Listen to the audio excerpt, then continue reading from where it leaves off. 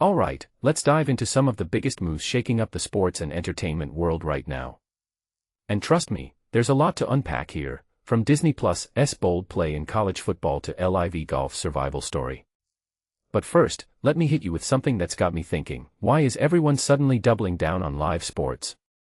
Personally, I think it's because live events are one of the last bastions of appointment viewing in a world where streaming has made everything on demand.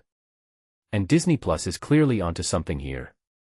So, Disney Plus is adding more college football simulcasts this season, and here's what's fascinating, they're positioning this as a way to drive engagement and upsell their bundle with Hulu and ESPN+. What makes this really interesting is that these games won't require an ESPN subscription, a move that feels both strategic and risky. From my perspective, this is Disney trying to kill two birds with one stone, attract sports fans who might not already be subscribers and deepen their connection to the Disney ecosystem. But here's the thing, live sports are expensive, and Disney's already dealing with higher programming costs. So, is this a sustainable play, or are they just buying time?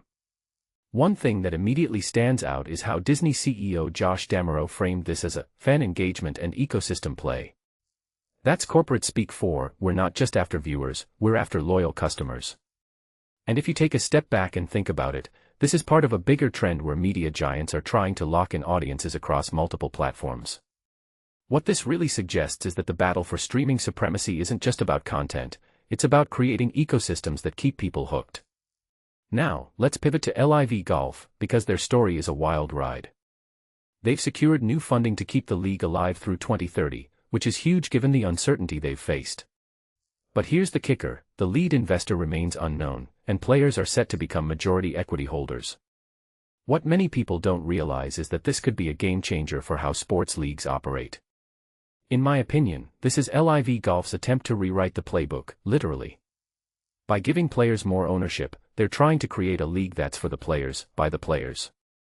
But here's the deeper question, can this model actually work long-term? Or is it just a flashy PR move to distract from the fact that their main backer, the Saudi Arabia Public Investment Fund, pulled out?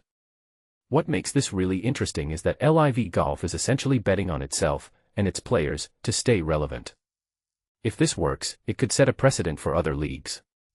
If it doesn't, well, let's just say 2030 feels like a long way off.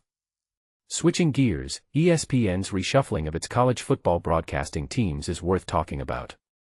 Mike Monaco, Jordan Rodgers, Matt Berry, these names matter because they're the voices that shape how we experience the game.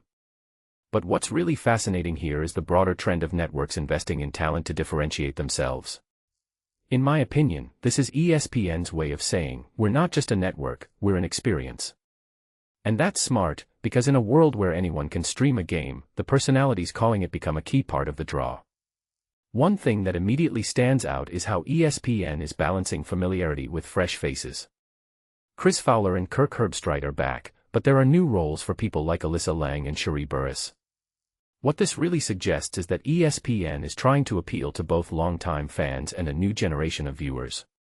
But here's the thing, with so many changes, will it all gel? Or will it feel like too much, too fast?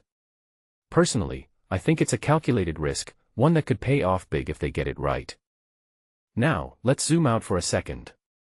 Whether it's Disney Plus' college football push, LIV Golf's survival strategy, or ESPN's talent reshuffle, what ties all this together is the fight for attention in a fragmented media landscape. What many people don't realize is that these moves aren't just about sports, they're about survival. Streaming wars, audience fragmentation, the rise of alternative leagues, these are the challenges every media company is grappling with. And if you take a step back and think about it, what we're seeing is a massive experiment in real time. Will Disney's ecosystem play pay off? Can LIV Golf redefine what a sports league looks like? Will ESPN's talent strategy keep them ahead of the curve? These are the questions that keep me up at night. And honestly, I don't have all the answers. But what I do know is that we're living through a seismic shift in how sports and entertainment intersect. So, here's my closing thought. As viewers, we're not just consuming content, we're witnessing the future being built. And that, my friends, is what makes this moment so damn interesting. What do you think? Let me know in the comments below.